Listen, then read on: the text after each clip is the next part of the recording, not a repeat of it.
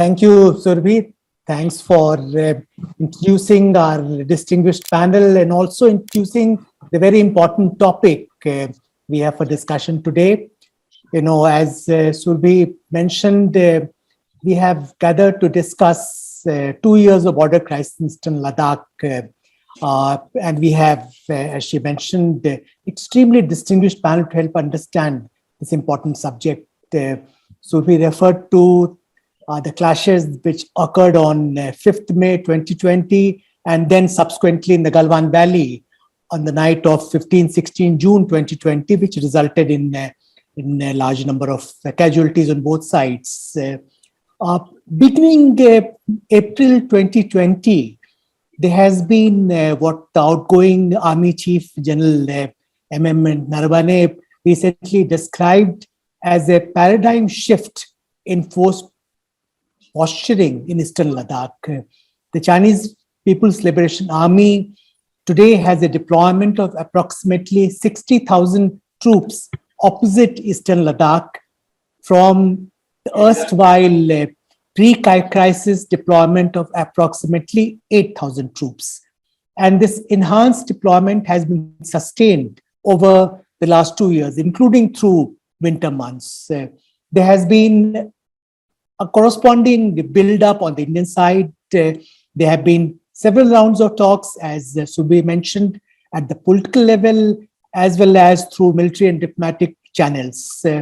While there has been some limited progress through disengagement of troops at some friction points, close proximity situations persist at other locations. And there has been no de-escalation of troops. As I mentioned earlier, there is a very high level of troop deployment on both sides over the last 2 years. The current situation remains highly abnormal. The abnormalcy and the deficit of peace and tranquility in the border areas have deeply impacted the overall relationship between India and China, which has seen a major downturn over the past 2 years. The Indian side, as Surbhi mentioned, has made it clear that there cannot be business as usual between India and China until there is restoration of peace and tranquility and normalcy in border areas. In today's panel discussion, we'll try to explore the underlying issues and factors which led to the emergence of the current border crisis 2 years ago. Why did the Chinese decide to amass troops along the LAC in the western sector in violation of provisions of various agreements concluded between the two countries? Why did we have a border clash resulting in deaths on both sides, which was unprecedented at least since 1975? We'll review the progress made in seeking resolution of the ongoing crisis and take stock of the outstanding issues. We'll also explore the way ahead, including in terms of new confidence-building measures that might be required. We'll discuss how the border issue has once again come to occupy a central position in India-China relations. Our 4 speakers will speak for about 10-12 minutes each, and the discussant, Dr. Ritusha Tiwari, will have about 8 minutes. We hope to keep enough time for discussions thereafter. Before I invite our first speaker to speak, let me put on record deep appreciation for the work done by my colleague, Colonel K.K. Venkatraman, Research Fellow of the ICS, who conceptualized and put together this important panel discussion. Let me now start with Ambassador Gautam Bambawale, former Indian ambassador to China, Bhutan, and Pakistan, distinguished professor, Symbiosis International University, Pune, an adjunct fellow with the Institute of Chinese Studies. Gautam will try to explore the underlying causes of the current crisis, which, as you know, follows a series of standoff situations in border areas. He will look at the reasons behind the amassing of abnormally high level of troops by China opposite Eastern Ladakh. He will examine what led to the clashes, including the Galwan Valley. by the current crisis is qualitatively different from earlier standoff situations along the LAC. I've also requested Gautam to look at the impact of the border issue on India-China relations and his prognosis of where we go from here. Over to you, Gautam. Thank you very much, Ambassador Kant, and thank you, Institute of Chinese Studies, for inviting me for this very important discussion about 2 years of crisis in Eastern Ladakh. And I'm going to dive straight into it. And I'm afraid that our story has to begin in December 1988, which is when the then Prime Minister of India, Mr. Rajiv Gandhi, visited China, visited Beijing, visited Shanghai, and had a very important set of meetings with the then Chinese leadership, which was led by Mr. Deng Xiaoping, but also others, including Premier Li Peng and so on. Now, this particular visit in December 1988 was the first time that an Indian Prime Minister was visiting China after a gap of close to 30 years. And therefore, that visit was absolutely important and seminal. What was important in that visit and in the discussions between the Chinese and Indian leadership was that they arrived at some kind of understanding about how the relationship could move ahead and could move forward. And the understanding that was arrived in December 1988 between the leaderships of India and China was that, on the one hand, the two governments, the two countries will continue to seek a resolution of the outstanding boundary question or the boundary issue, the boundary problem between the two countries. So they would continue to search for a boundary resolution. At the same time, they would also put into place measures and steps which would ensure that peace and tranquility reigned in the India-China border areas. That is, the India-China border would remain peaceful. And when these preconditions were met, or when these conditions were met, the rest of the relationship could move ahead, particularly in trade, commerce, science and technology exchanges, people-to-people exchanges, educational exchanges, cultural exchanges, etc. So this was the kind of understanding which was arrived at between the leaders of our two countries. That on the one hand, we have to attempt to resolve the boundary question. At the same time, we will ensure and put into place measures and steps which will ensure that peace is maintained in the India-China border areas. And then on the other hand, the rest of the relationship, particularly in trade, commerce, people-to-people exchanges, will move ahead. Now, I think this understanding was very clear to us on the Indian side. The Chinese side recently, especially after in the last 2 years, has been arguing that as far back as December 1988, the two countries decided to compartmentalize the boundary on the one hand and the rest of the relationship on the other. But I think that is understanding which we do not have on the Indian side. And we should be very clear that there is no compartmentalization of these two issues. It is not as if the boundary will have its own life and the rest of the relationship will have its own life. So I think there is a little bit of distinction between the way the two countries, the two governments are playing this question of what was the understanding between the two countries for taking the relationship forward that was reached in 1988. I think this was an important starting point for our discussion, and therefore I went into it in some length. Now, this particular template, if I may use the word, this modus vivendi, which was arrived at in December 1988, continued all the way till 2019. And the relationship between India and China galloped ahead. And one good indication of that was the size of bilateral trade, which increased from 1988, it was 250 million US dollars. By 2019, it had come close to 100 billion US dollars. It was 90 odd billion dollars. So this is one indication of how far and fast the India-China relationship had progressed. And I'm using only this one indicator. There are many other areas in which the relationship had moved forward. In the meantime, as we moved into the 21st century, there were pulls and pressures on this kind of template, which was arrived as far back as 1988, at the end of 1988. And there were pulls and pressures on that template or that kind of modus vivendi, which had been arrived at between the two governments.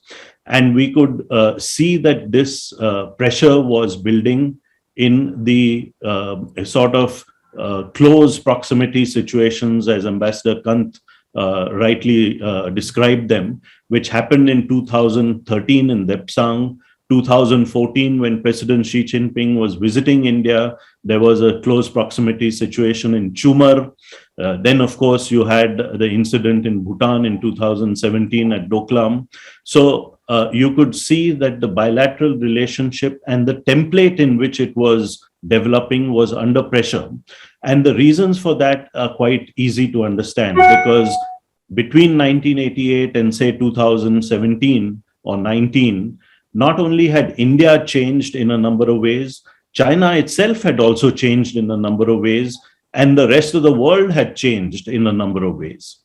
And the governments of India and China, realizing this, understanding that the template and the understanding between the two governments was now under pressure, both the governments decided that we would try to attempt to answer these questions which were raised by these pressures through what is called the informal summits between the leaders of India and China. So you had a series of two back-to-back informal summits between President Xi Jinping, General Secretary Xi Jinping on the one hand, and Prime Minister Narendra Modi on the other.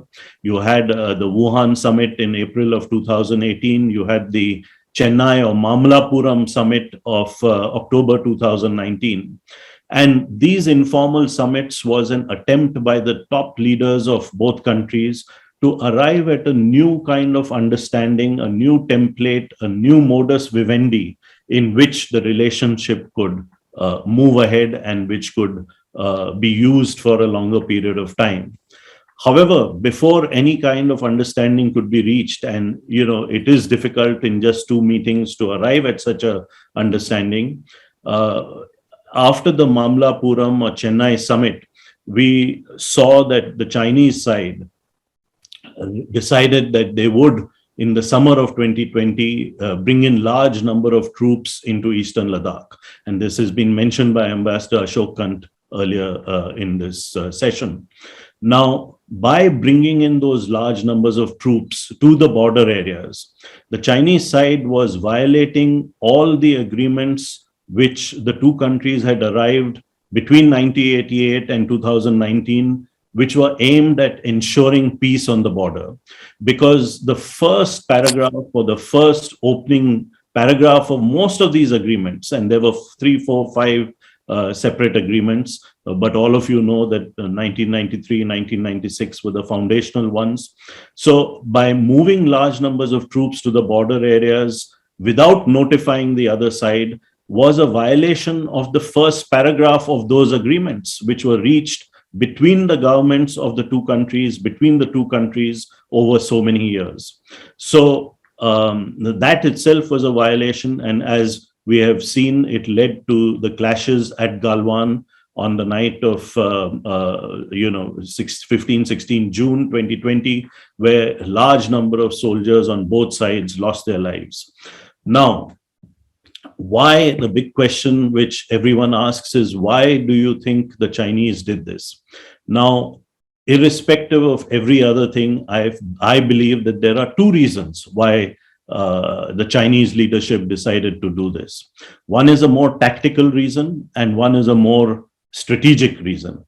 The tactical reason is because the Chinese wanted to have actual control of certain areas which they were claiming in their discussions on the boundary with India, and which they may not have controlled in April of 2020 or May of 2020.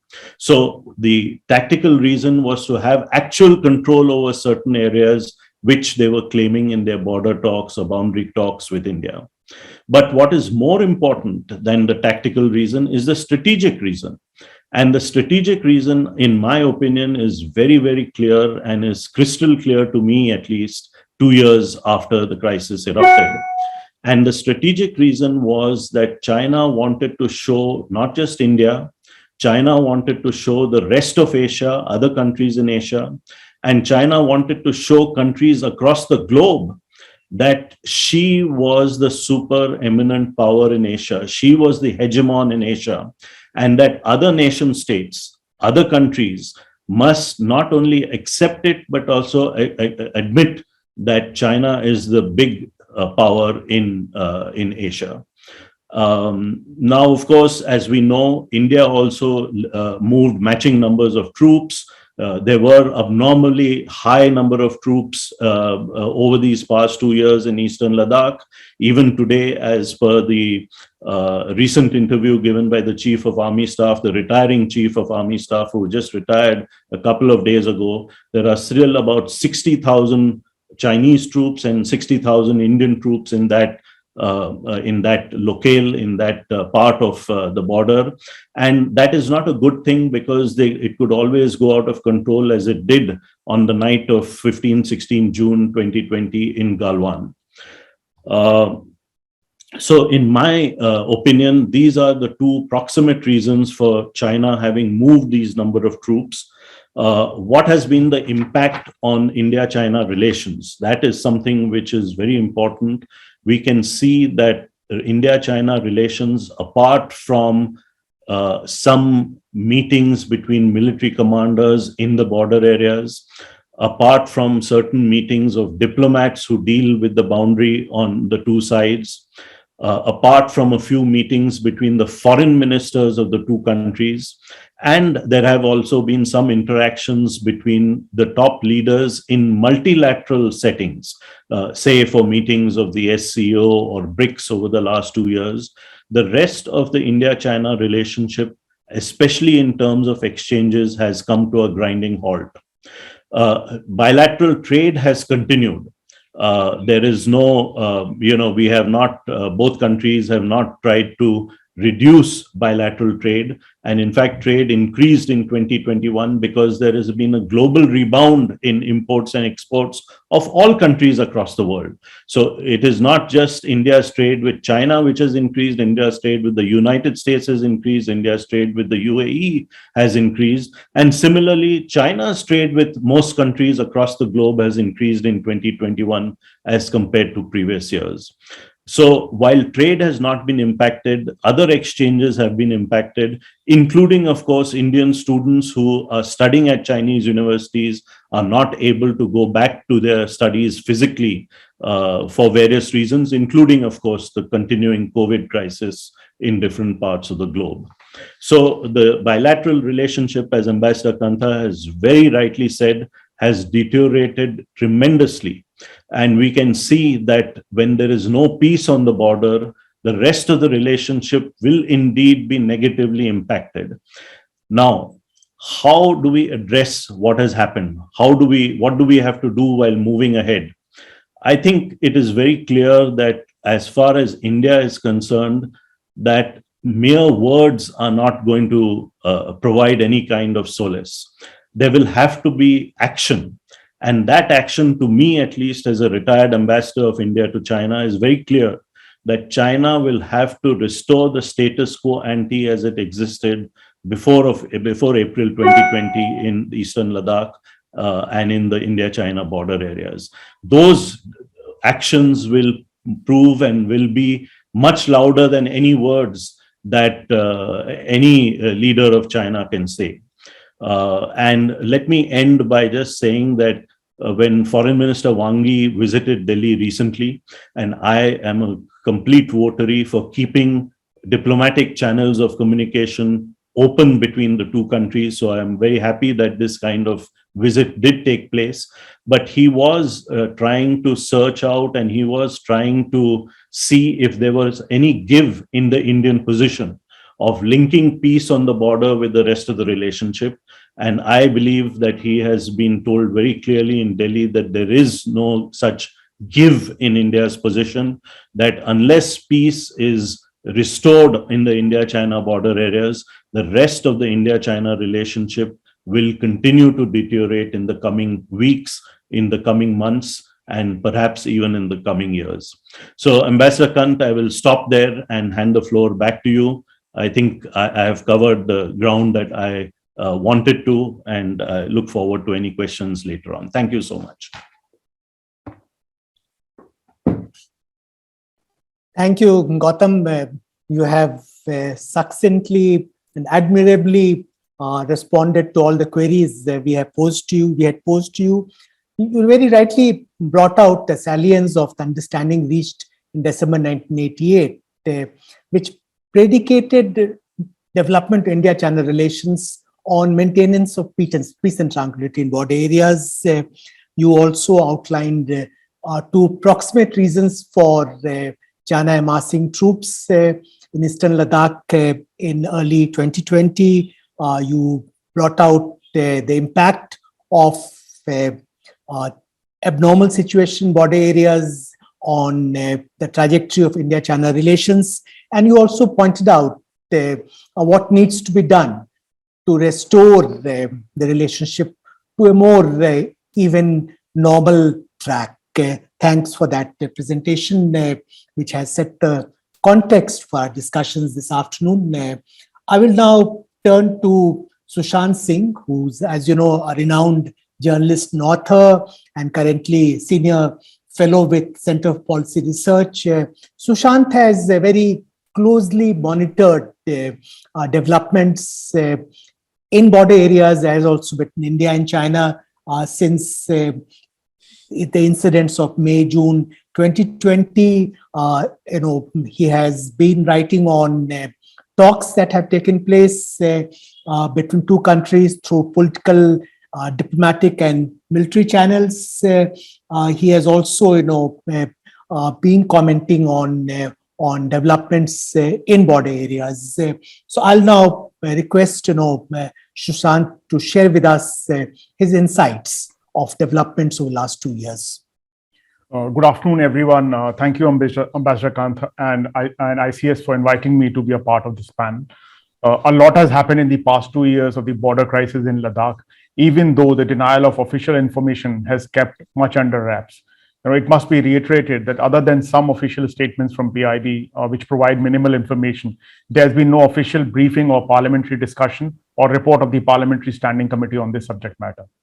Even journalists have not been taken to the border areas in Ladakh to provide authentic and first-hand information.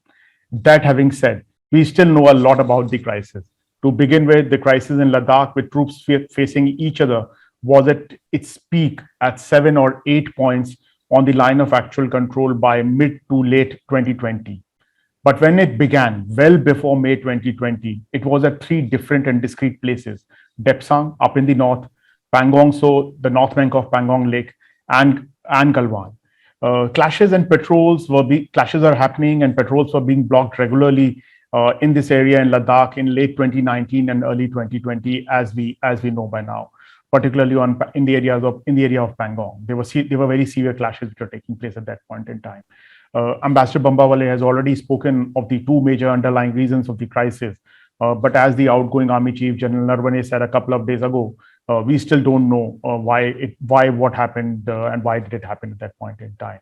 But in Depsang, a long-standing informal agreement, which General Hooda probably knows more about, and I've learned a lot from him, broke down in early 2020, which led to the blockage of Indian patrols at a place called Bottleneck, denying them access to 5 patrol points. In Pangong, the extent of clashes, a regular feature in that area historically, became much more intense. And when Indians were trying to construct some basic infrastructure in Galwan to improve their patrolling posture, not even matching what was already existing on the Chinese side, things seems to have completely gone out of hand in early 2020. In early May of 2020, the PLA moved vast number of troops and equipment, diverting them from its annual military exercise onto the line of actual control, taking positions inside the line of actual control on the Indian side, or what India believes to be on its side, on PP-15, PP-17A, and Demchok. besides building up its strength in Galwan and Pangong Lake, the north bank of Pangong Lake.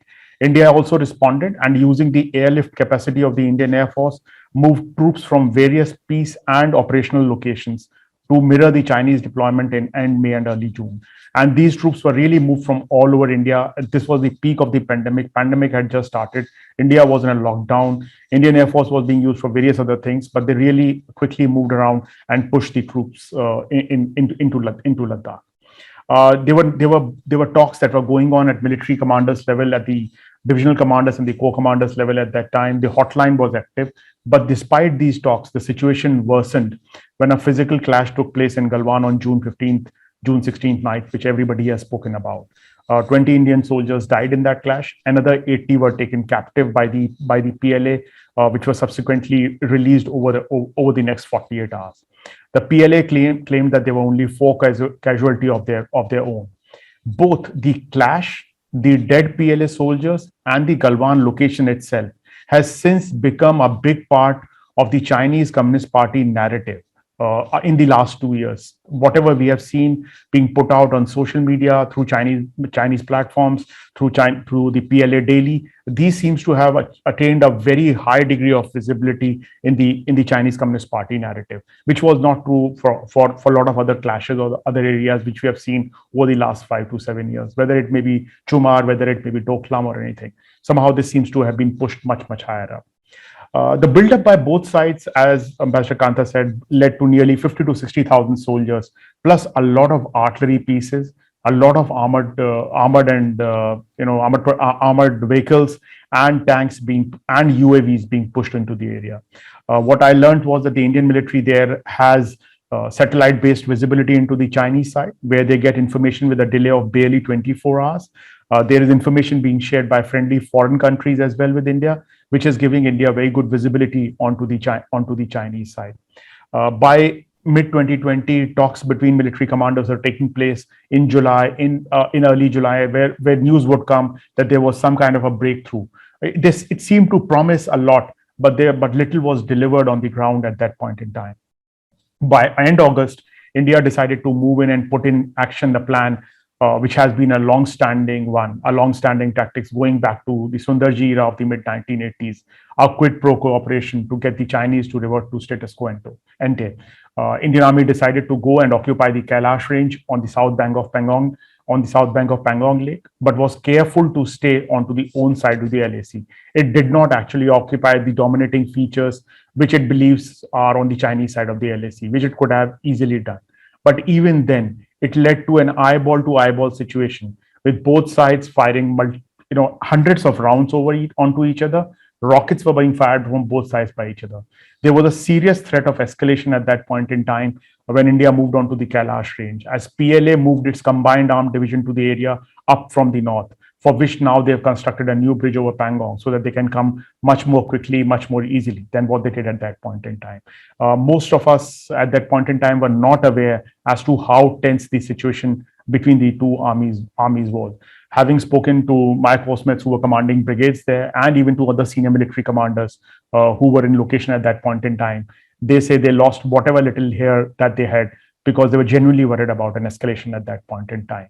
And I think it is that fear of escalation from both sides, from both the Indian side and the Chinese side, that led to those talks, which led to the breakthrough in January, where the first disengagement took place in Pangong and Kailash range, both on the north bank as well as the south bank of Pangong Lake, as well as on the Kailash range. This disengagement, as Ambassador Kant mentioned earlier, only means stepping back by a couple of miles so that you are no longer face to face, so that the accidental escalation, which Ambassador Bambawale spoke about, does not happen.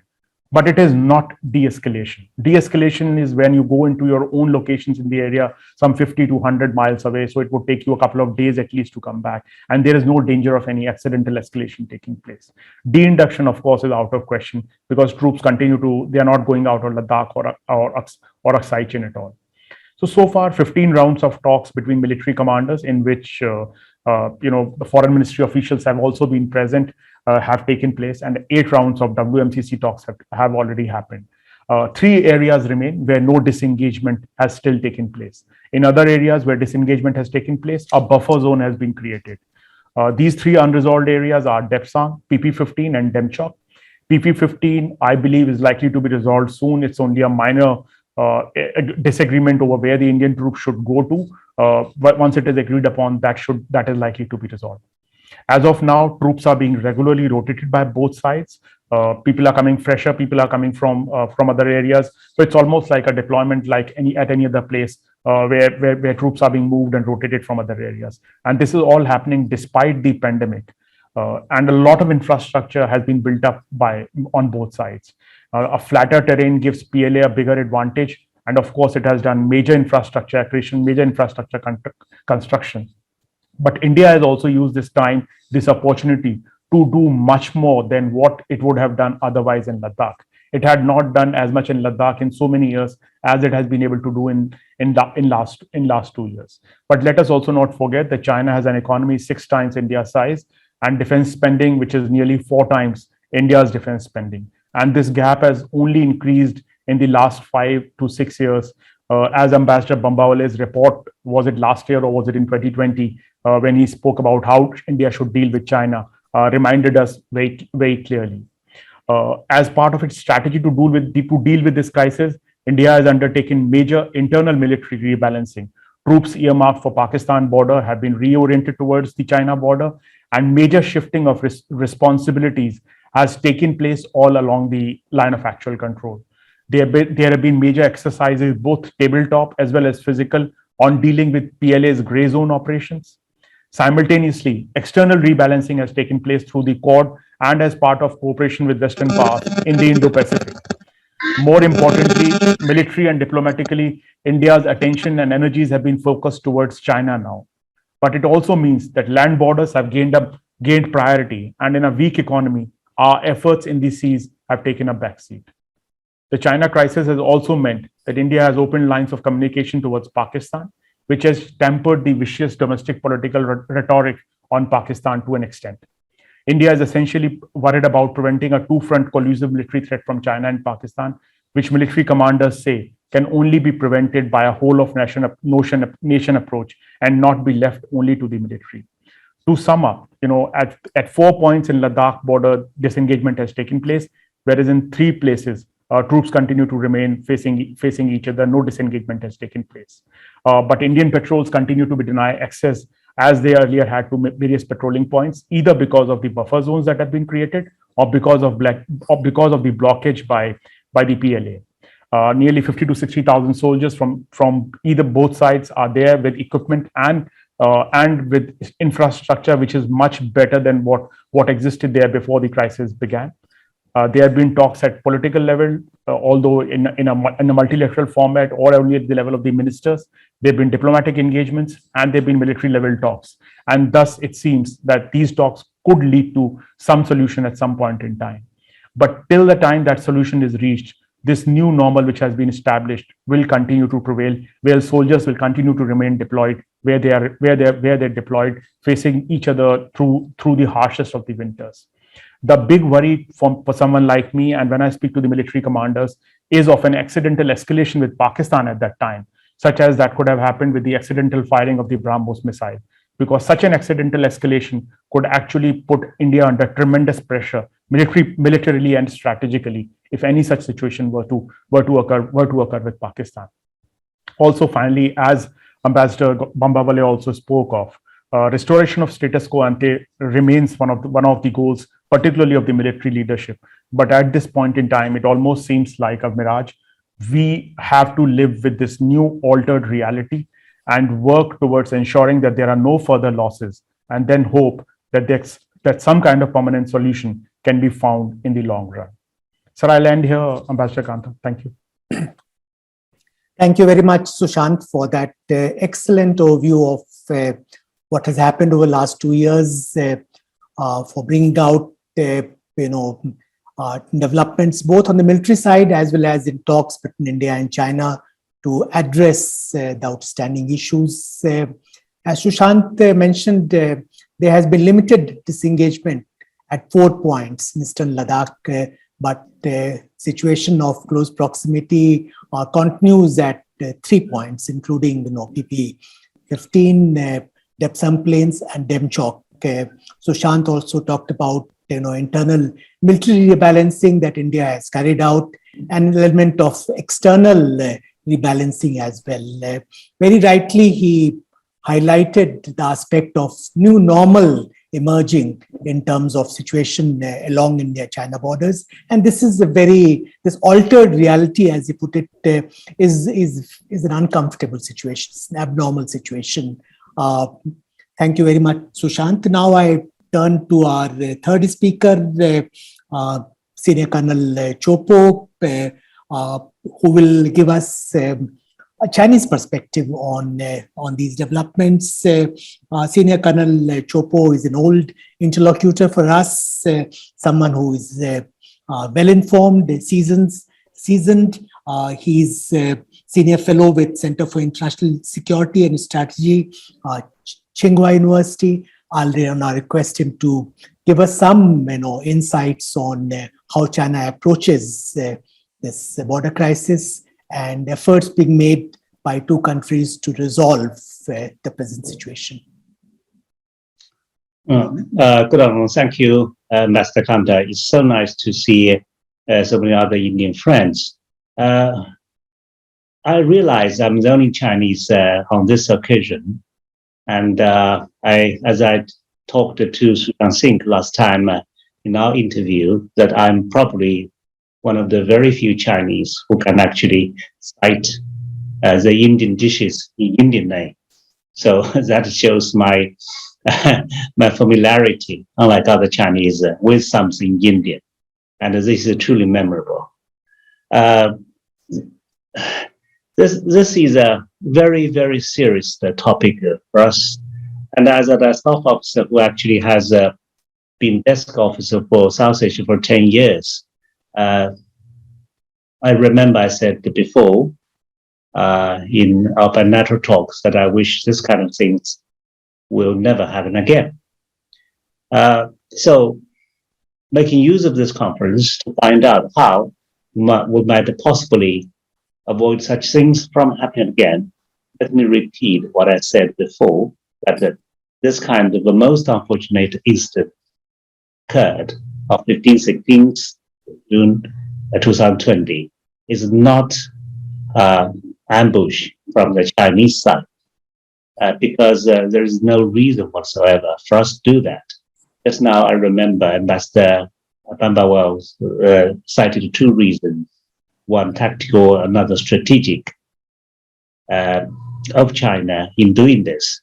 I disagree totally. I don't think there is such an intention for us to do that. The reason is, you see, China's overall situation nowadays is deteriorating with this so-called major power competition ushered in by Donald Trump.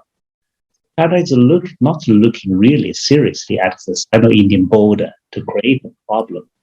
And this reminds me of the time when India conducted its nuclear test in 1998, citing China as the potential threat number one.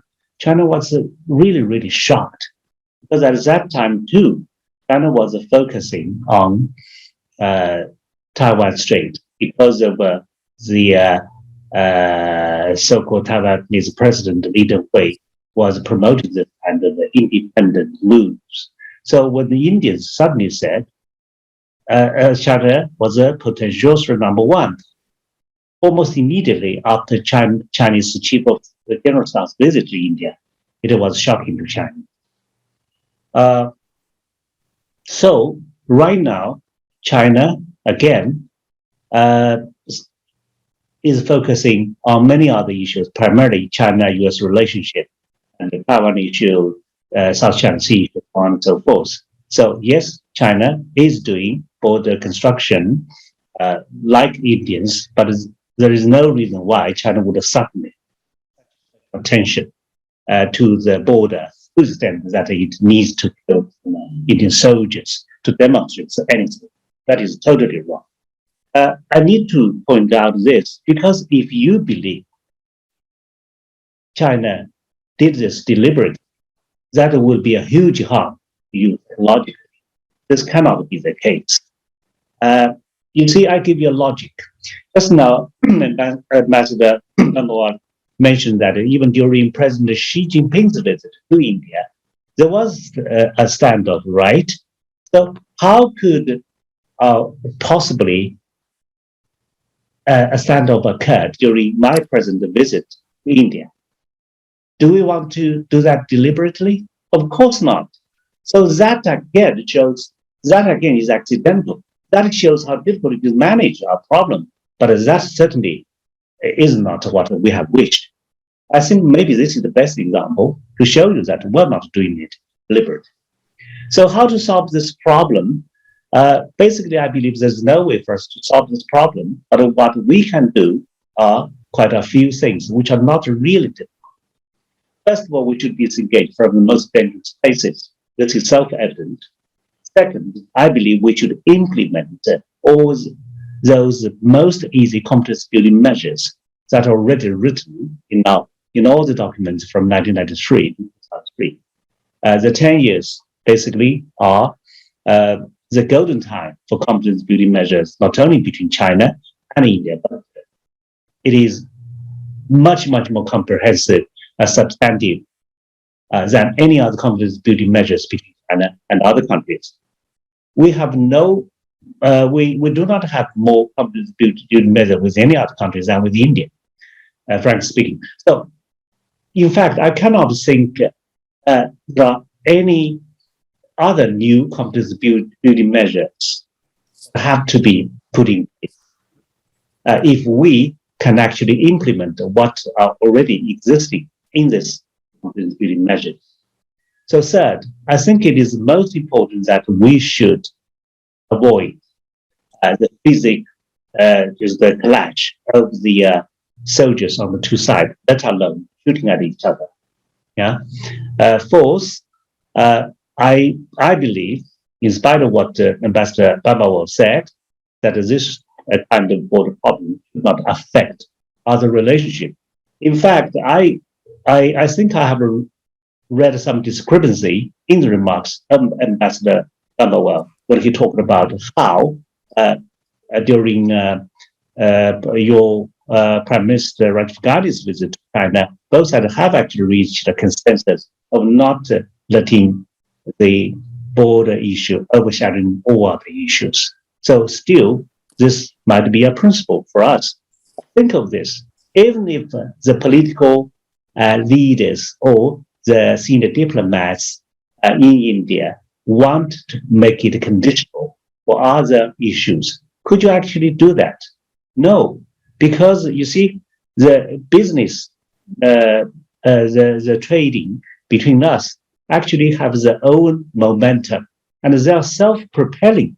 So even if you still want both sides to do trading. So that is why we should actually develop wherever possible while we are trying our best to manage the problems. So finally, I believe given the political structures of our two countries, it is important for the leaders to have a direct focus. And for that to happen, I believe it's important for us to create the atmosphere for that. That would have been most relevant, that would be most productive. And for that to happen, you should create some kind of atmosphere. Do not always, blame China, and do not always behave as if you do not want to interact with China, even if you agree that China's foreign minister could come visit India. So this is what I wish to say in terms of the border. Then I want to talk about something else, some other bigger issues. The first question is how we should look at other, given the geopolitical and economic changes in the world. You see, by 2030, China would become the largest economy in the world, and you would become the largest economy in Asia. So in less than 10 years' time, both China and India will grow with strength. And when China stands in the center of East Asia. India is not so far away, and Indonesia is not so far away. So this will definitely happen inside of the wall, in Europe continent. So the Russian-Ukraine war raised me a question. So Ambassador Kanda, I remember last time you talked how we are still different in terms of our view toward this war. I agree. And I thank you for that because I actually wasn't so much aware of the differences, but still I would believe our common points actually are much more. Because what you said to me is like telling me this apple is different from other apple. But it's not a difference between one apple and one pear. Why? Because talk about the main point, how we share our understanding of the Russia's concern and how we stress about sovereignty of other countries. We didn't coordinate with each other, right? So we didn't coordinate with each other. So we just talk about this, and they happen to be almost the same or very much similar. So this proves how much we actually had in common. Frankly speaking, I believe in the last few years, because of what happened in Gautam Valley, India actually was playing an art of pretension. You pretend to be very much close to India, and you pretend that you are a club member of the Quad. But in fact, the Quad cannot become an anti-China club. So many Chinese people say that. I never believe that. Actually, I have more confidence in your independent foreign policy. Because it serves your best interest if you stand neutral. But in spite of what you said, that the Indian Ocean should be open and free, like America, the United States still challenge you, right? The United States still send ships into your exclusive economic zone. And the Seventh Fleet would read a statement of challenging your so-called excessive maritime rights. So I have studied your law, and I found your maritime law actually is very much close to that of China. Actually, you are more strict because you would not allow the foreign ships military exercises in your exclusive economic zone without consent of the Indian government. And your reservation for the UN Convention law is the same, like China's, even for the same article 298. So we are very much close on these positions. Now, I start to think of one question. Which country is more important for China in the future, India or Russia? I know this is not a good way to compare, but I can't help, from thinking about this issue since the war started. I know both China and India have good relationship with Russia, but Russia's war with Ukraine, no matter how reasonable in responding to NATO's expansion, cannot be said to be legitimate. Both of us actually have suffered a bit in terms of our credibility and reputation because we refuse to overtly condemning Russia. Of course, China and Russia will continue to be strategic partners, but we want to be an ally. There are many reasons why, but my thinking is because we have a fundamental difference in our outlooks regarding international order. Russia resents the existing international order with a victimhood. In other words, Russia looks to the future from the past. Russia is nostalgic of the Russian Empire, while China is the biggest beneficiary, and I believe India is also a big beneficiary from the globalization, which functions basically on the rules and regulations laid down by the West after the Second World War. So we too are beneficiaries, not Russia. So I'm thinking about Russia's future. Russia, the international position will definitely decline because, I mean, its image is already tarnished and its economy highly dependent on export of resources would become not so reliable because of Western sanctions in the future. And demographically, its population is coming down. So apart from the largest nuclear arsenal, how important would Russia be 20 years from now? I do not have a ready answer for this question, but I'm starting to think, which country is more important for China, India or Russia, really? Yeah. So that means in spite of our problems, the only problem, the border problem, I actually think really, really positively about the future of our relationship. I believe because India really will become much more important. Yeah. So about India's position, India's direction development in the future. According to what I read, India actually has already made gradual changes toward this policy toward Russia. You are actually decreasing the procurement of Russian-made weapons. I don't want to comment on this because this is totally your own affairs. But I believe this would be American purpose of having you're reducing arms procurement from Russia and to increase your importing of American arms. I don't know what kind of strategy you are going to have, but I think both of us know that Russia didn't fight quite well in the Ukrainian war. So that might affect India's confidence about the Russian weapon system. This doesn't matter that much to me because, as I said, this is not China's matter. But in my talks with some Indian scholars last time, I found one argument most interesting.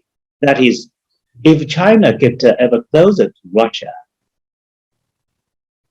probably India will get ever closer with the United States. I'm really confused, and I wish some people could shed some light on this for me, because I know India and Russia's relationship have a longer history with more rapprochement. But why, if China get close to Russia, then India would get close to the United States? Does India believe that its problem with China is so irreconcilable that it has to be aligned with the United States to take on China? I truly feel confused. I hope maybe some people can help me out. Thank you. Thank you, Senior Colonel Zhou Bo, for sharing your thoughts with us, not only on the topic for today's discussion, border crisis along India-China borders, but also, some other very pertinent issues today, including, as you noted, there are common points in positions taken by India and China with regard to the Ukrainian crisis. Colonel Zhou Bo has argued that there was no ambush of India as such from the Chinese side, that China did not take any deliberate action which changed the status quo along India-China LAC, as it was focused on other issues, including its relations with USA and South China Sea. Senior Colonel Zhou Bo has drawn attention to the very comprehensive architecture of confidence-building measures we have in India and China, and the need to implement them rather than trying to work out the new CBMs. Thank you for your comments, which I'm sure will provoke more questions later today. I now turn to our fourth speaker, General D.S. Hooda, former General Officer Commanding in Chief, Northern Command, and co-founder of Council for Strategic and Strategic Affairs and Senior Fellow of Delhi Policy Group. General Hooda has been commenting in a very thoughtful and insightful manner about issues relating to India's defense, including India-China border matter. And today we are requesting him to suggest what could be the way out, the way ahead of the present imbroglio. I'd also request him to comment on some of the points made by Senior Colonel Zhou Bo, including his contention that there is no need to work out new CBMs between India and China because existing CBMs quite suffice. The need is really to implement those CBMs. So over to you, General Hooda. So thank you very much, Ambassador, and it's great pleasure to be here amongst such distinguished speakers. As you said, I'm going to talk about the way ahead and the way ahead to start with, to see how we can resolve the situation in Eastern Ladakh, because I think that is having a large sort of impact on overall bilateral relations. And if that issue is resolved, perhaps better normalization of bilateral relations can take place. So let me start with that aspect first. What is the place of the situation at the LAC in our bilateral relations? And we've heard speakers from both, the Indian side and the Chinese side, and obviously there is a difference in perception. While the Chinese would like to insulate whatever is happening along the LAC, along the border, insulate that from the larger bilateral relations. As Ambassador Bambawale has pointed out, I think the Indian officials, the foreign minister, the foreign secretary, have made it quite clear that as long as the situation on the border remains the way it is, it cannot be business as usual. And there is going to be an impact on bilateral relations. Now we can go back into history and keep arguing about whether India and China had in the late 80s, early 90s decided to keep the border issue separate from overall bilateral relations. But the fact is, we have to listen to the message that is coming out from the Indian officials today. And I think the message is quite clear that unless the situation at the LAC is normalized, bilateral relations will continue to be adversely affected. So I think I would request, my Chinese friends to understand this and take that message. There is no point continuing to say that, both these issues must be kept aside. I think on numerous occasions, this aspect has been made clear. And if there is, we come to this understanding together that yes, the border situation is impacting bilateral relations, then possibly we can find ways to move forward. So that is my sort of first, suggestion, that please read the loud and clear message that is being given out by Indian officials. The second point I want to make is that India must stand firm on its demand to restore the status quo ante. I know Sushant has said that this is difficult and may not happen, but the fact is, unless status quo ante is restored, I don't see how the additional forces, 50, 60,000 troops that have been inducted from both sides, I don't see how they are going to pull back. And if they are not going to pull back, it has been pointed out that tensions will remain. Inadvertently, some things might happen. Local incidents might spiral out of control. So the status quo ante has to be restored. And when I say status quo ante is restored, it means the pullback of PLA soldiers who have come across what we perceive as our perception of the LAC, and to go back to situations as it existed probably in April 2020. And I think that's I don't see how India is going to back down on that demand. And so that is something again that needs to be sort of considered by the Chinese side, because unless that happens, as I said, the realignment of forces that is taking place, the additional forces that are already in place, all that is not going to happen.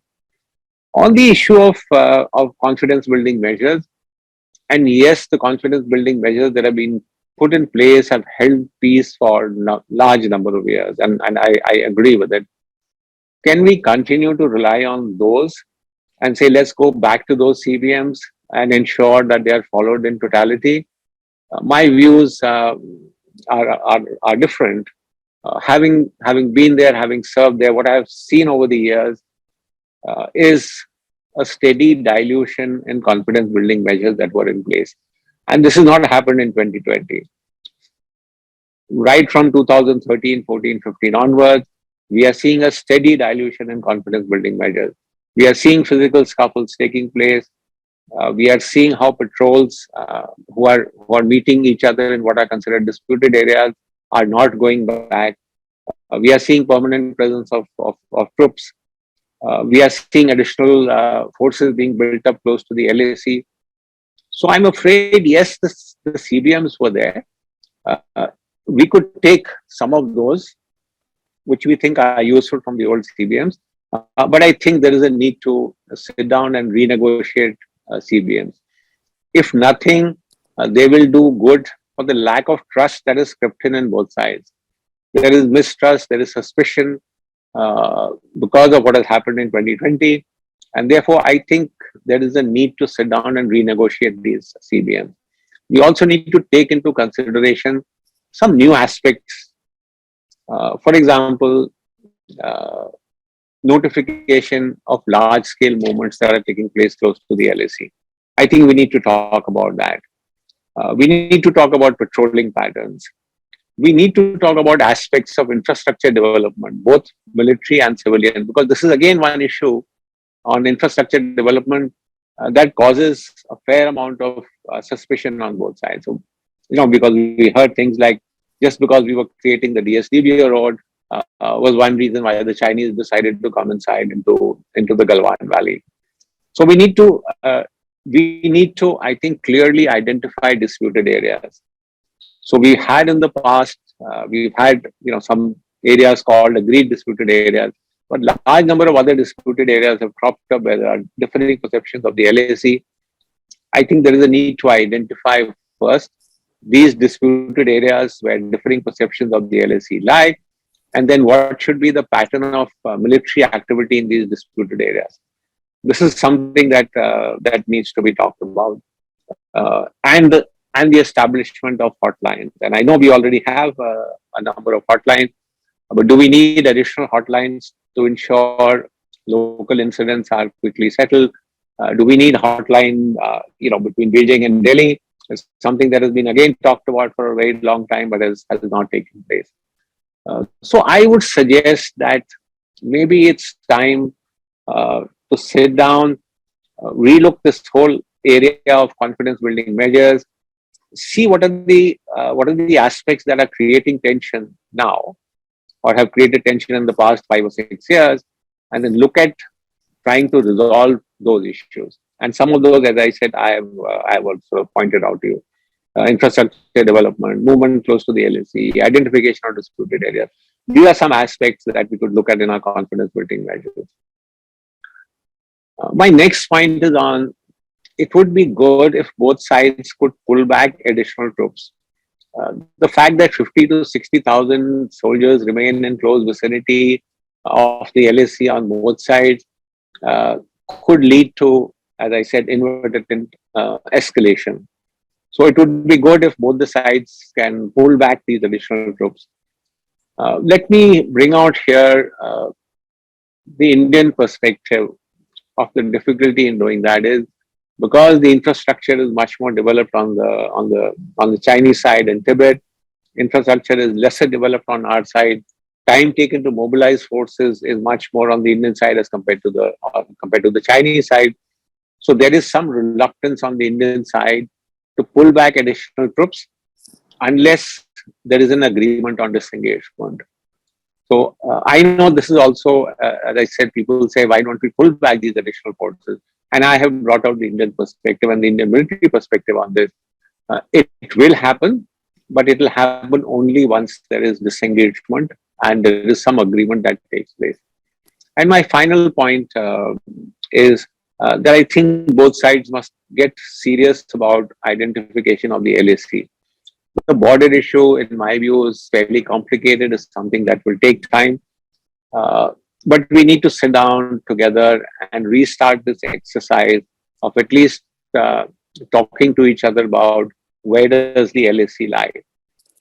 And again, it's going to be a difficult, long, somewhat torturous process in identification. But this is one thing that can actually help completely ease the situation along the LAC. Why are we having problem areas today? Where do incidents take place? They only take place because the understanding of LAC on both sides is different and there is no common perception. So again, as I said, difficult and a long process, but something that both sides need to seriously consider and restart the process. So this is, a few suggestions I had as far as moving ahead and to see how the current situation can be somewhat normalized so that we can bring in improvement in our bilateral relations. Thank you very much. I'll stop here and I'll take any questions if there are. Thank you very much, General Hooda, for those comments and for giving some very thoughtful and practical suggestions on the way ahead. General Hooda very rightly pointed out that Chinese friends should take a clear message from Indian side that they cannot be back to business as usual until we can address the present predicament in border areas and restore status quo ante. General Hooda has also argued that there is need to sit down and negotiate confidence building measures in India-China border areas, take into account changed and evolving situation, including large scale induction of troops, patrolling patterns which have emerged, build up in terms of infrastructure activities on both sides, need to identify disputed pockets where both sides have differing perceptions as to alignment of the LAC. I think this is a very valid suggestion he has made. General Hooda also suggested that there is need to de-escalate and pull back through additional troops, but that can happen only when we have disengagement of forces in close proximity. Thank you for those suggestions, including on resumption of the process of LAC clarification and confirmation. I'll now turn to our discussant, Dr. Ritusha Manitibari, and ask her to offer her comments on 4 very good presentations we had from a distinguished panel. Over to you, Ritusha. Thank you, Ambassador Kantha. And I also thank all the speakers who have in a very focused manner, given some very sharp points of observation. The task that is left to me is basically to kind of cull out what they have said so far. And my 2 bits are as follows. The still unresolved Ladakh crisis has indeed created a new reality. And it was pointed out by one of the speakers, Mr. Sushant. I would also like to toy with the idea whether it's a new strategic reality which is here to stay. One which is marked by renewed political hostility between India and China, and an increased militarization of the line of actual control. If we deconstruct this new strategic reality, one of the biggest imbalances that we see in this particular newness is the military cost. Due to the border crisis with China, India is likely to defer not just the much needed investment for amping its economic and social needs, prioritizing border security over them, but also the overall pursuance of military modernization and maritime expansion aimed at other segments of its border, including the Indian Ocean. So in that sense, India can foresee a kind of huge military cost. Not to mention that such a cost tips the balance in favor of China evermore. For Ambassador Bambawale in that context, my question goes as follows. Is there an imbalance in the quantum of strategic cost that India and China experience when the border dispute or when the border situation deteriorates? Is it because of this imbalance that China is unable to breach the consensual understanding unilaterally? And I would also like to link it with what Mr. Sushant had earlier called as the new normal or new reality. And in that context, my question to Sushant is, can we envisage a post-crisis new reality? Perhaps an increased militarization of the LAC and an inter-theater rebalancing of forces on the part of India, which may point towards certain features of strategic adaptations owing to this new post-crisis reality. And can you kind of show some, can you throw some light on what could be some of the likely Chinese responses in that case of strategic adaptation by China? For Senior Colonel Zhou Bo, my question is that in case of China, is the cost of deteriorating relations between China and India more perceived than realized, so far as the current affairs or current state of affairs goes between India and China? Is it because of this that the cost assessment of escalation points towards relatively lower levels, which seems to be rather manageable for China, which is what instigates this comparison about whether China can choose between, say, India and Russia, as you pointed out in your piece?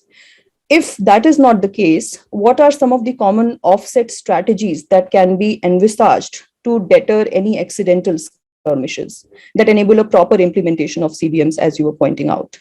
I would go out on a limb and stretch the argument to include the question whether there is a possibility of any mechanism that considerably reduces intentional skirmishes as well. So your comments on that. Finally, to Lieutenant General D.S. Hooda, India's new strategic reality is not just limited to Ladakh. India faces increased threats and uncertainty all along the LAC. So at the operational level, long-term increased militarization of the LAC seems all but inescapable. Even if we go by the February 2021 disengagement plan, and we see we can foresee its execution, if at all that happens, which may lead to, as you pointed out, new confidence building measures. India's distrust, so far as the border situation goes, will likely demand a heavier military posture, thereby enabling rapid mobilization at the LAC. Now, short of that kind of new border management architecture, where does it leave India? Perhaps a larger military presence on the border virtually indefinitely? As we can see, the Indian Army has begun to rebalance its forces. The most significant expression of this rebalancing to date was the reorientation of a combined armed strike corps to focus on China. In December 2020, the Indian Army ordered one of those formations to prepare for a new operational role, launching offensive strikes across the LAC in Ladakh. So this rebalancing is a major cost commitment on the part of India, which means greater resources directed towards the LAC. Therefore, this is perhaps not a temporary phenomena at all, but a permanent reassignment of the forces. So your comment on that, General. I'll stop here, and maybe more questions can come up in our discussion round. Thank you. Thank you very much, Ritusha, for both offering your comments on the presentations and posing some very searching questions for four speakers. So what we'll do now, we'll turn to the four speakers, request them to respond to your questions, beginning with Gautam, then Sushant, then Zhou Bo, and finally General Hooda. Gautam, can you start? Yeah. Thank you very much, Dr. Tiwari. That was a very thought-provoking and a very thoughtful question that you posed me, which was the question of whether the relative cost of a live LAC, a live border between India and China, is greater on India, which has a smaller economy, a $3 trillion economy, as compared to China, which has a $15 trillion economy. And the answer to your question is, of course, yes, that the relative costs on India will be higher. But when it comes down to a question of national security, of territorial integrity and national sovereignty, most nation states have to pay that price and are willing to pay that price. We're seeing little Ukraine doing that right now vis-a-vis Russia. And I think India will also have to pay that relatively higher cost to ensure territorial integrity. There are two other points that I would like to make, which are in continuation of this, the very good question which was raised by the discussant. And that is, in the long term, what India will try to do is try to narrow this gap in comparative, comprehensive national strength, if you want to call it, in comparative national power, if you want to call it that way. But this relative power differential between India and China, India in the longer run will try to reduce that by growing at faster rates of GDP growth per annum, 8%, 9%, maybe even 10% over a longer period of time. But that is in the long run. What does India do in the short run? And this is where I would like to address this question to Senior Colonel Zhou Bo, that he did speak very eloquently of how China and the rise of China is really now a competition between the United States on the one hand and China on the other. But Senior Colonel Zhou Bo, by taking the action that China has done since April 2020, May 2020, in Eastern Ladakh, which we have been discussing over these past hour and a half, don't you think that China has actually pushed India closer to the United States? And from a strategic point of view, in the short term, that is what India will do. India will move closer to the United States, to the UK, to France, to Germany, to Japan, to Australia, in order to balance Chinese power. So I'll stop there and hand the floor to the next speaker. Thank you. Sushant? Thank you, Dr. Tiwari. That was a fantastic question. There are two kinds of post-crisis realities which can be envisaged. The first reality could be, the model which has evolved out of this disengagement that we have seen in Ladakh on the border per se, a kind of border management using creation of buffer zones, which avoids any chance of conflict or any chance of escalation that may happen, leading to tensions that we have witnessed over the last decade or so between India and China. This is something which was also attempted at Wuhan in the informal summit between General Secretary Xi and Prime Minister Modi. That could be the one option, one future which we can envisage, which probably the PLA and the Chinese side would also be comfortable with, unless they want to use this as an excuse to put India under pressure. And the second reality, or the second more harsher reality which we can envisage, is probably an LOCization of the line of actual control, which many military commanders are scared of, that this kind of deployment, as General Hooda also referred to, could become a permanent feature on the line of actual control, and in fact even in other areas of the line of actual control, which would not be a very healthy scenario, particularly as we have witnessed on the line of control with Pakistan, despite a ceasefire, as to how things proceed and go in that case. And with India, as Ambassador Bambawale said, being a small economic and military power, it would really put India on the back foot if that reality were to take place. That would be the new reality were to take place. Thank you, Sushant. May I now request Senior Colonel Zhou Bo to respond to Tusha's question, and he may also like to respond to Gautam's question. Yeah. Thank you, Ambassador Kamda. First, to Tiwari's question. Actually, I'm trying to answer what I believe to be the undertone from all Indian speakers. That is, China still did this deliberately. So as I pointed out in the beginning, if China did it deliberately, that would be a great harm to use logically. And I believe I have given you the best example of how we still had the one standoff even during President Xi Jinping's visit in India, right? He should not have ordered Chinese troops to have a standoff with Indians while he was visiting India. That was the last thing he wanted. So it is accidental. And when you talk about, from April 2020, actually this kind of tension or South atmosphere began to build until it exploded in the mid-June. So that is important for me to point out. And Tivari's question basically is also something like that, whether China would be willing to use its bigger weight, to actually have a low-level conflict that he believes is manageable. No, I don't think so.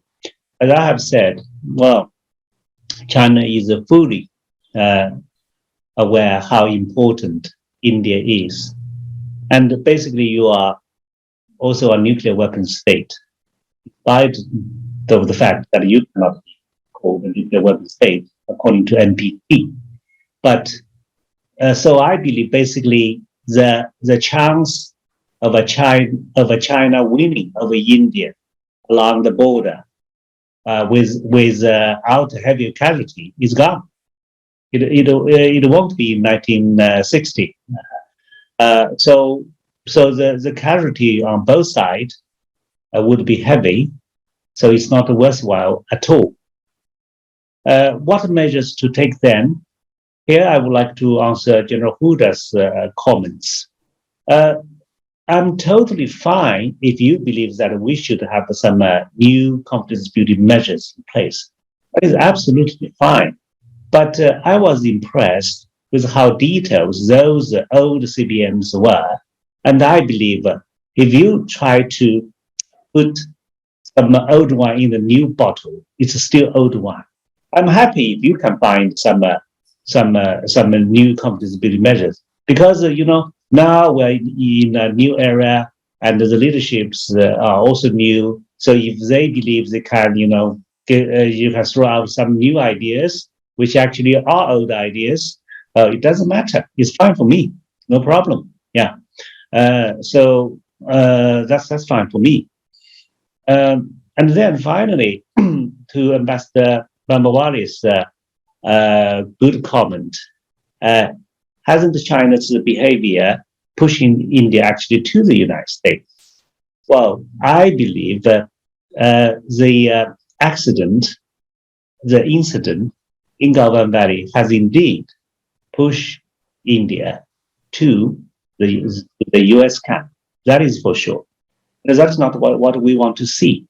But again, let me point out that is not what China has engineered.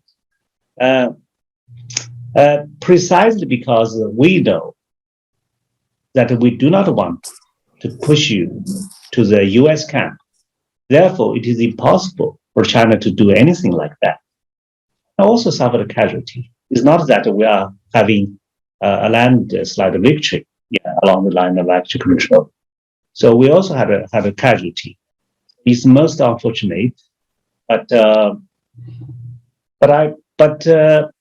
after saying what I said about the overall relationship, the change in the new international order, I believe we have to solve we have to set aside the differences. As I said earlier, I'm totally for any possible conflict building measures that could actually disengage both of us. Because so long as we are still engaged in a kind of eyeball-to-eyeball situation, I believe it's difficult for us to have a significant improvement of our bilateral relationship.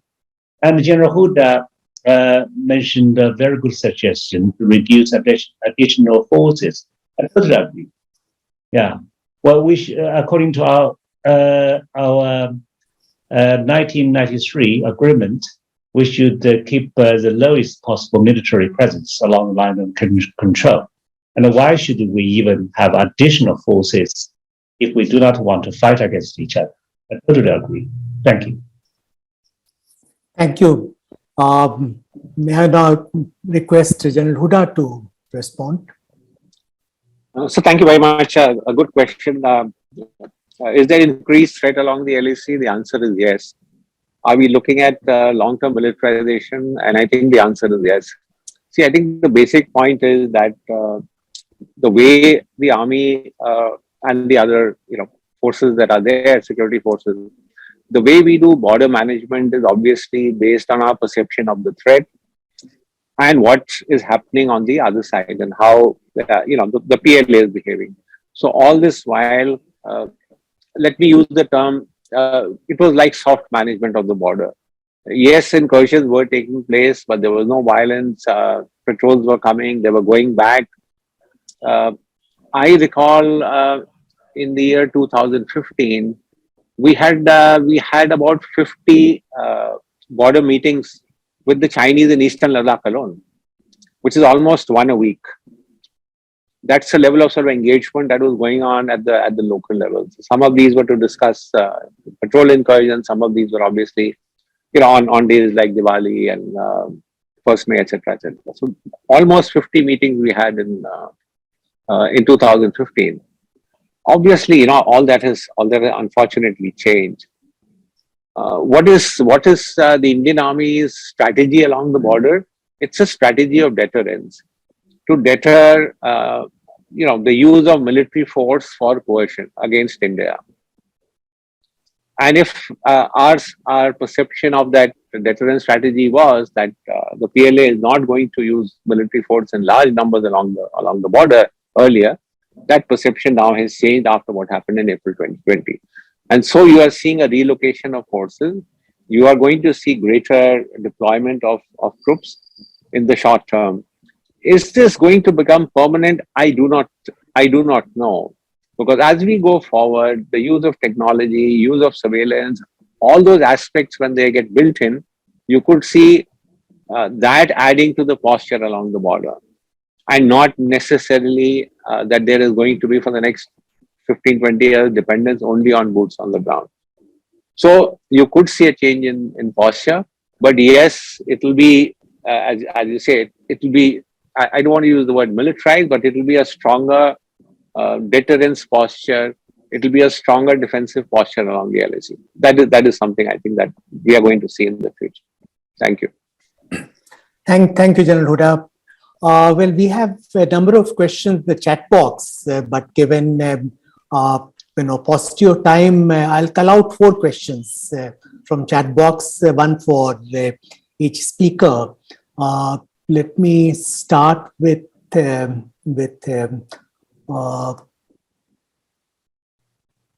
question by Apurviraj in the chat box and request Master Gautam Bambawale to respond to it. The question is about internal politics,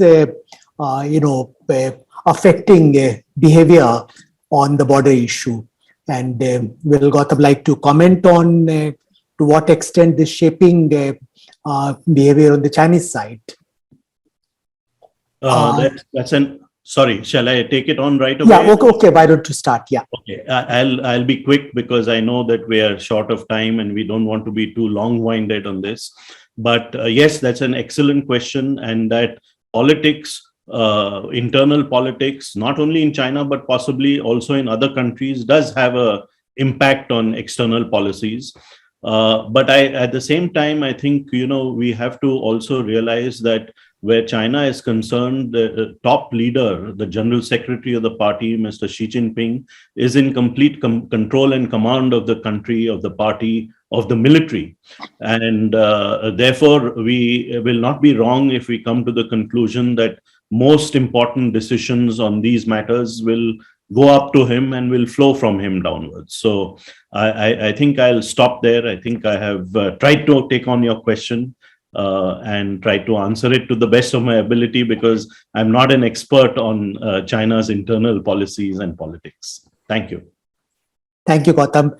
Second question is directed towards Senior Colonel Chopo. Question in the chat box is from a colleague in a YouTube channel. He or she would like to know what was the immediate causal factor of the Galwan border clash. Was it some action on the Indian side that provoked China, or was it something else? Well, I think this kind of incident is mutually interactive because, as I said, there's this kind of south atmosphere has built on for quite some time until it exploded in mid-June. So I'm as a scholar, I would not point I think at the Indian side to say you are provoking me first, because it's very difficult for us to find out, because the line of active control is not very fine. So well, it reminds me about General Hooda's suggestion that we have to come back to the verification of active control. I believe that would be most useful if we can really do it. We can't do it. The problem is I think it is around 2000 when the Chinese negotiators went to India. We had an exchange of maps, and we actually are shocked because we saw in your maps there are more places of distribution, much more than we thought. So we just couldn't even agree, on what kind of places are disputed, but they are more than what we saw. So some people believe that you are just making use of this chance to enlarge the disputed area for your own gains. So in other words, there are too many for us to swallow. Yeah, there's the problem, the difficulties. So whether we could have top leaders make a political decision, I personally have some doubts. I don't believe it is possible either. I think some people in China said that we actually lost the chance when Chairman Deng Xiaoping made a proposal about the mutual accommodation, mutual understanding, mutual accommodation. But that chance was gone. So the only thing is we live with reality. But the reality, what I believe, that the border should be heavy with military presence. I believe it is still possible for us, at least the soldiers, to make sure that we do not fight against each other, even physically, with a wooden club on the force. This can be managed. I think this can be managed. You see, I forgot one thing. Although people have some doubts about the usefulness of the conflict building measures, yeah, but the fact is, our two soldiers not try to shoot at each other. The fact is that they fought against each other with wooden club demonstrates that they know they should not fire at each other in any circumstances. That is good. And we should actually start from that, to tell them you should not fight against each other at all.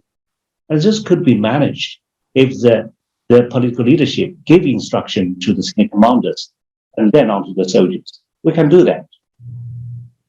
I believe. Thank you. There is a question from Abhishek Pandey in the chat box, which I'll request Sushant to respond to. The question refers to the current stalemate and an unlikelihood of progress towards restoration of status quo ante, and inquires whether, given the current churn in global economy, the Ukraine crisis, US-China strategy contestation, India's desire to secure its rightful place in global affairs, do you see any points of convergence or cooperation between India and China? Are two countries far apart at this point of time? Quick answer, sir. The convergence can only happen if, as you said at the beginning of this discussion, of this panel discussion, there's a certain amount of peace and tranquility on the borders and normalcy on the borders. We can't have any cooperation at this point in time, despite the flourishing trade between the two countries or students going to each other, unless the India's territorial integrity and sovereignty is maintained. Also, fundamentally, India and China come from two different schools of thought, two different cultures. One is a democratic country, another is a communist country. and so on and so forth. The divergences are great, and the collaborations or the cooperation can only happen in certain areas, whether, as we saw on environment or the other issues where you're on the same side of the divide. But with China's economic growth, and as Senior Colonel Zhou Bo said, trying to compete with the US, pitching itself against the US, I think those areas of collaboration have also reduced over a period of time. I'll stop there. Thank you, Sushant. Finally, there's a question for General Hooda from Arush Joshi. Question is whether we are in a two-front situation today. So thank you. Let me try and answer this very sort of basically and briefly. We've always been in a two-front situation. We have a threat on our western borders from Pakistan, and we fought so many wars. There's been Kargil, infiltration is going on, and there is an unsettled border along our northern frontiers, which is where China is located. So the two-front situation has always existed. What shape and form this will take, whether both fronts will get activated together as a two-front war, it's not for me to say. But as far as the military is concerned, should it completely ignore this possibility? And the answer is no. So you have to prepare for that contingency. So I think when you're looking at this two-front and two-front war, two-front threat, you must understand that these threats and these areas have existed and will exist into the future. Thank you. Thank you.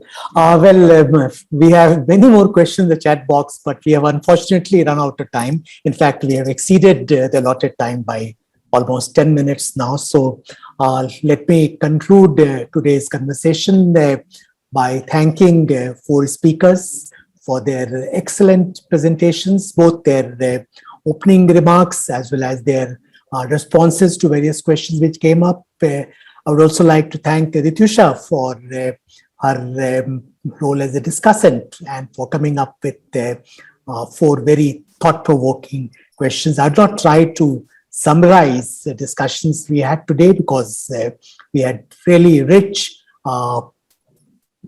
conversation this afternoon, provided many insights into a complex situation, and hopefully also came up with some good ideas on the way ahead. How do we address the present situation in border areas in the short term and in longer term? Thank you very much to all of you for joining this conversation, and we'll continue this dialogue. Thank you.